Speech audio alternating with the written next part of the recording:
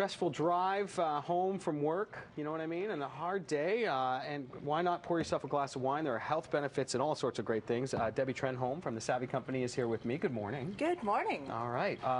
So getting ready for Thanksgiving dinner, for the fall months, are you going to change the experience for your palate in this time of year? Some people do this.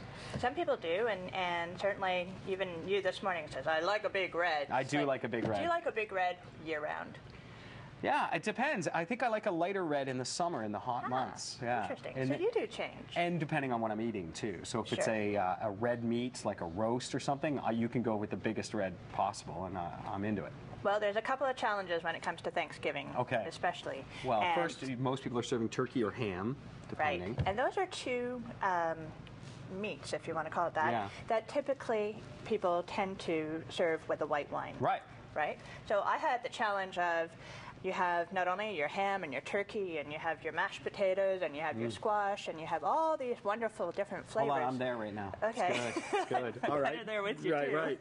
So, you have to go grocery shopping first. Yeah, that's right. Exactly. So you have all these different flavors, and which one wine do you pick?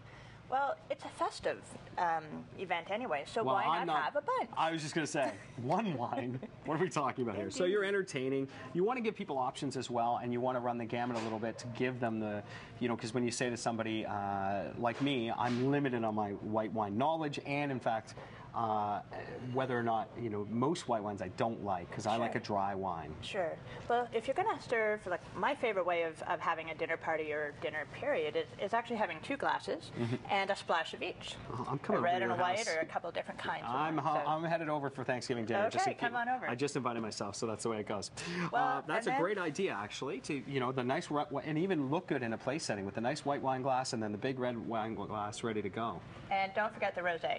Oh, the rosé, of Rosés course. are still out in the stores, and that is actually a fantastic pairing with turkey or even ham. So those people who get into wine and really start understanding the tastes and some of the flavors, I think the more you know about wine, the more you know that you don't have to spend a fortune to have really good wine, right? That's right. That's right. right. So what are we about to try right here? Let's try Well, this particular one is called Generation 7. Okay. And it's from Chateau de Charme Winery in Niagara.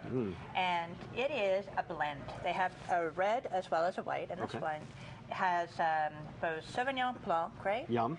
Riesling. Okay. And a little bit of Gewürztraminer. Okay. So it's quite a complex white wine, there's lots in it. And I picked it because there's lots on the table. So yeah, and is this a sweeter wine because of the Riesling? Let's find out. Let's find out. Cheers. Happy Thanksgiving. So with all of those different grape varieties and the different flavors on the table. Wow. There are so many things happening. You like that? Yeah, that's really good. It's there's a bit of almost an apple, a green apple taste in there. It's a bit sweet for me, and then it's got a very, very, very good finish, right? Like it's very smooth. You're converted? I can just imagine this with a slice of turkey.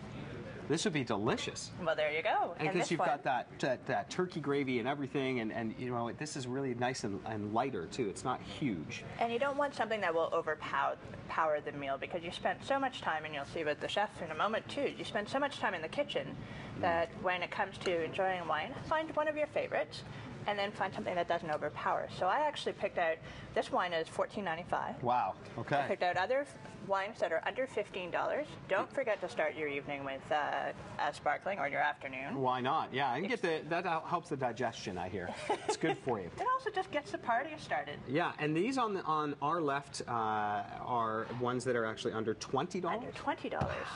I've had that Ripasso. It's delicious.